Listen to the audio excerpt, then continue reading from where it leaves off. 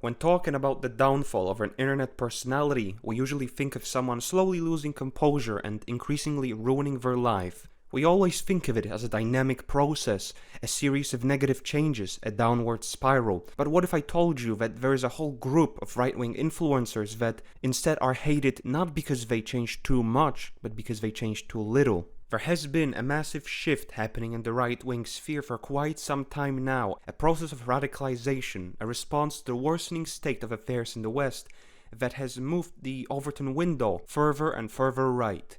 And the biggest right-wing influencers are refusing to change. As a matter of fact, they have declared war on this new growing radical right. The same personalities that were at one point beloved by the right have found themselves the enemies of their former fan bases.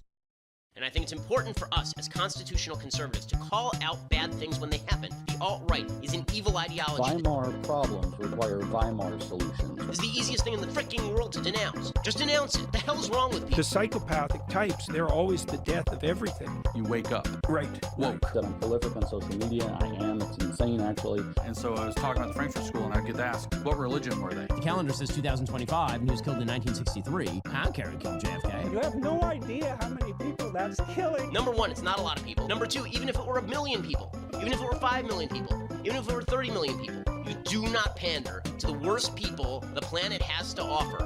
What the hell is going on?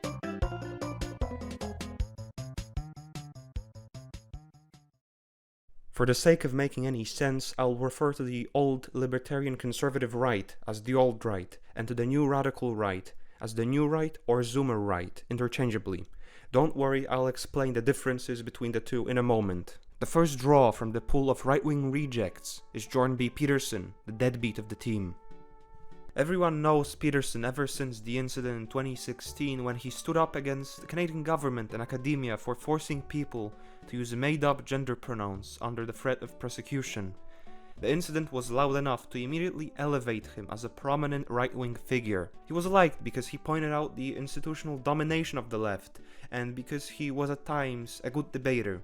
Keyword, at times. So Peterson fit right in and became a household name in the right-wing sphere, with his self-help books being unanimously liked and resonating with young men so much that he became almost like a fatherly figure to them. The problem is, Peterson was not a born media personality. He was a lecturer, elevated through unforeseen circumstances to the position of a media figure.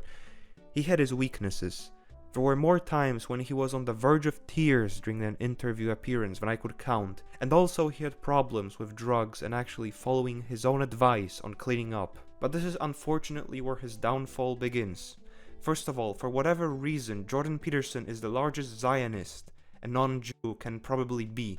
Case in point, the legendary tweet at Netanyahu to give him hell. That brings up many questions about why someone so dedicated to serving a foreign interest should be a meaningful influence on the right, but that's just the tip of the iceberg. The thing about Peterson is that he was not a conservative, he was a classical liberal. He championed Enlightenment values of free speech, individualism, free markets, but that was normal 10 years ago in the conservative side of the right, and so he became a household figure in the movement. You see, the old right was a dysfunctional marriage of libertarian economic principles and conservative social values. It was a weird mishmash of NAP worshipping libertarians that want to be left the hell alone and don't have a problem with any sort of degeneracy as long as it's done between two consenting adults and is a victimless crime, mixed in with classic religious conservatives. It was a movement that completely lacked cohesion, and worst of all, this movement was absolutely hopeless against the onslaught of the left.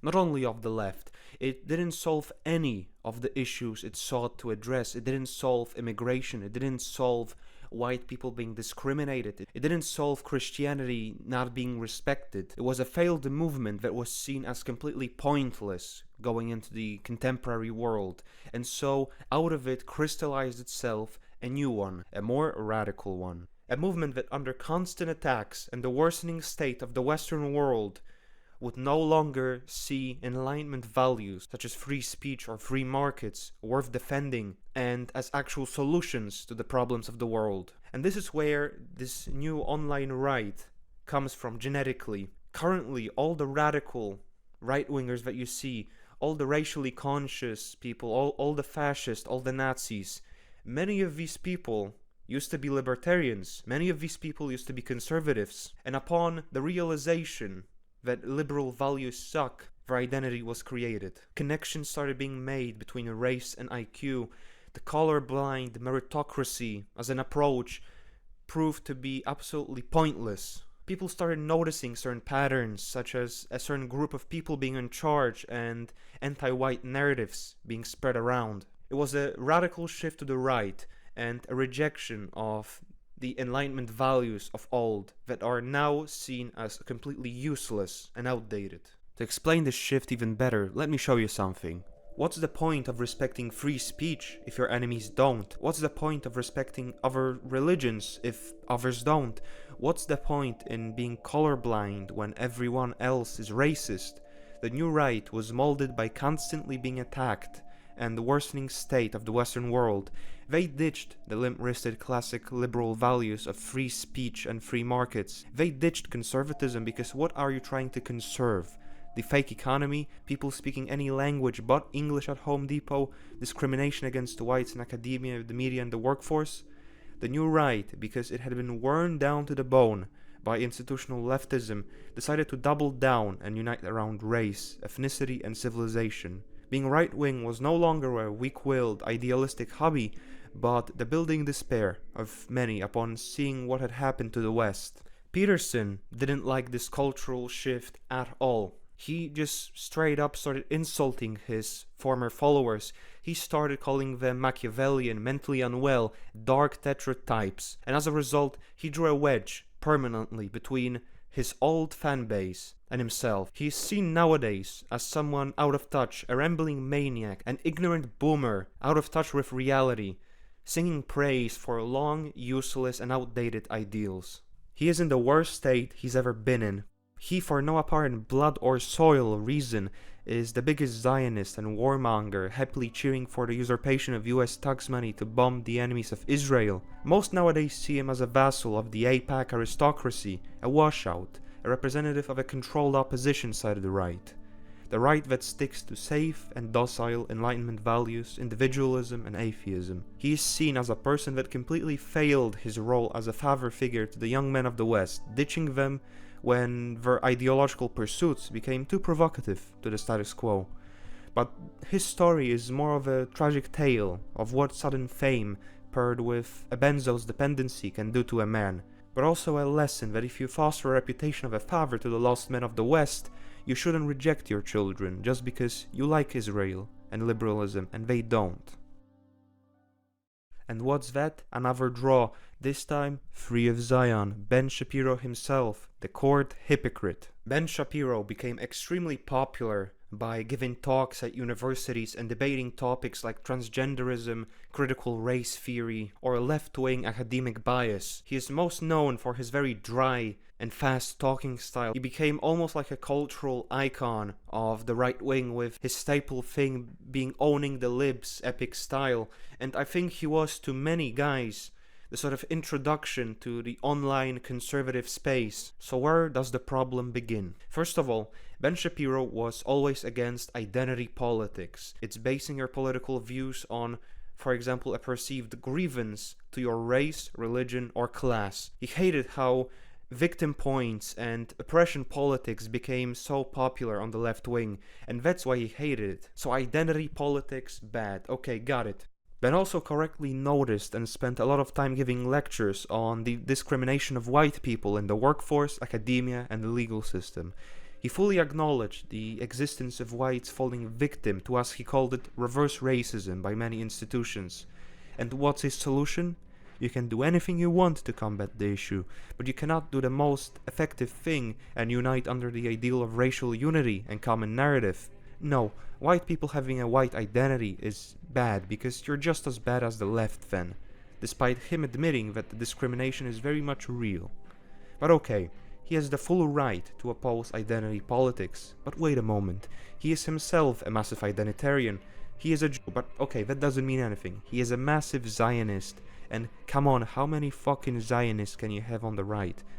Ben on many occasions, all the way back in the early 2000s and now still, expressed radical views on solving the brown people conflict in Palestine, declaring war, deporting Palestinians, opposing the two-state solution, saying that it's America's duty to send taxpayer money to Israel to bomb brown people. So he opposes the idea that white right-wingers can form their identity based on ethnicity or race, but when he does it, when he spends so much time talking about foreign interests as if it is the interest of every American to subsidize Israel, when he wishes destruction upon its enemies, when his politics are based on his Jewish identity, that's perfectly fine, but when white guys do it, it's not. Identity for me, but not for thee. Shapiro is also known for trying to conflate Christian values with Jewish values with the so-called Judeo-Christian approach, saying that every Christian should be a brother to a Jew. He is disliked for his hypocrisy, for his subversive nature, and the fact that he's serving a very dubious cause. Why does someone that serves a foreign cause first should be a paragon of domestic right wing? And also the idea of a Jew gatekeeping what it means to be right-wing and Christian is pretty hilarious. Reality really often is more anti-Semitic than the most racist of caricatures. And I'm not saying this in a hateful way, but a purely analytical one. Why should Zionists be in charge of a predominantly white Christian movement? More and more people on the right are starting to realize that the old right, Shapiro, Peterson, Charlie Kirk, Tim Pool, etc., exist only because the political establishment wants them to exist. They posture as oppressed, but in reality it is in the interest of the establishment for them to exist. The reason why the establishment likes old-school conservatives is because if you had to make a choice between making the decisive political right-wing voice a radical zoomer right which hates your guts, or a docile liberal, you'd of course choose the mild liberal conservatives, because they're of little threat to the status quo, and because they distract the general public away from the real issues, and that's how they cause damage to civilization. And finally, the last draw, the newcomer to the old warring right, James Lindsay, the clown. Welcome to the game of Controlled Operative, or Retard, a game where you choose if someone is paid to say the things they do, or somehow comes up with their opinions on their own. Today's subject is James Lindsay, technically not a conservative, but still one of the greatest enemies of the new right.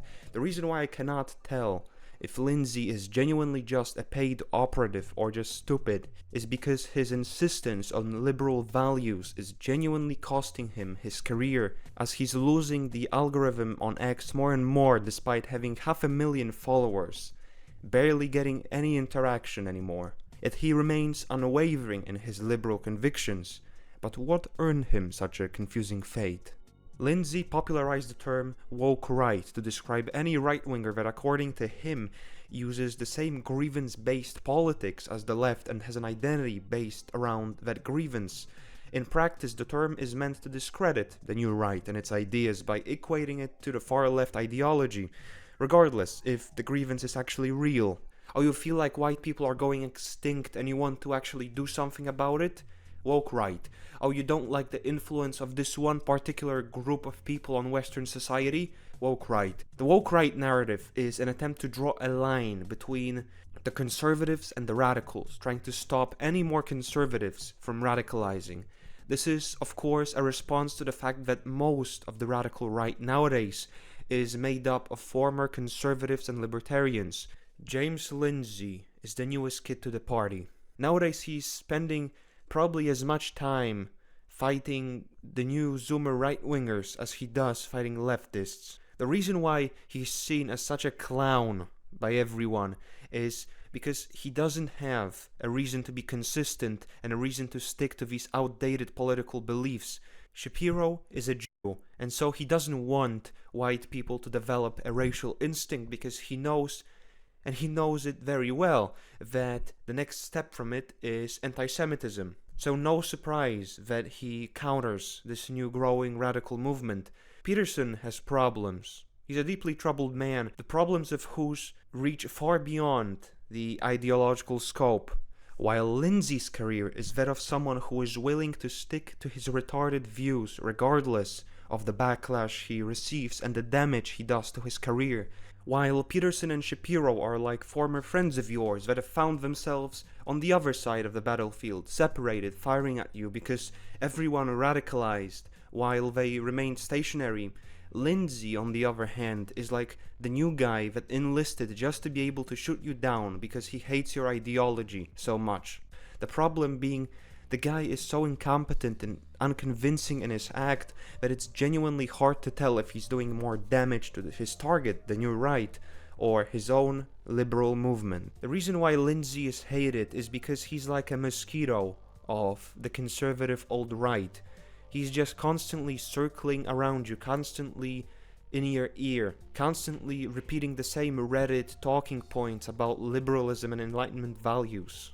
It's almost like it's a psyop to actually make the new right wing hate the conservatives. He's so incompetent in his act. The thing is, I don't hate Lindsay and I don't wish ill will upon him. As a matter of fact, I don't want anyone to think that the people I've presented here are bad. No, what one could call being delusional and ignorant, as I've done, someone else could call a virtue, as to a large degree, these guys are very, very faithful to their ideas. Maybe a bit too faithful even. Even if they're paid to say the things they do, I don't envy their position, as they put up with unrelenting ridicule every day. Case in point, this video. I don't hate these people, and I don't think you should hate them too. The whole conflict is interesting, as we're seeing a natural secession of the new from the old, a departure from liberal values that were deemed unfit for the realities of life, and regardless of the institutional support the old liberal conservatives receive, they will still fall flat, because the world has changed so much since the 2010s that nobody comes to liberal conclusions anymore naturally. You don't just go outside, see the fake economy, the hordes of third worlders and the collapsing white populations and think to yourself, if only free speech was respected, we could turn this all around. No, people nowadays will radicalize because we're past the point that the subversion from mainstream media can just hide all these faults.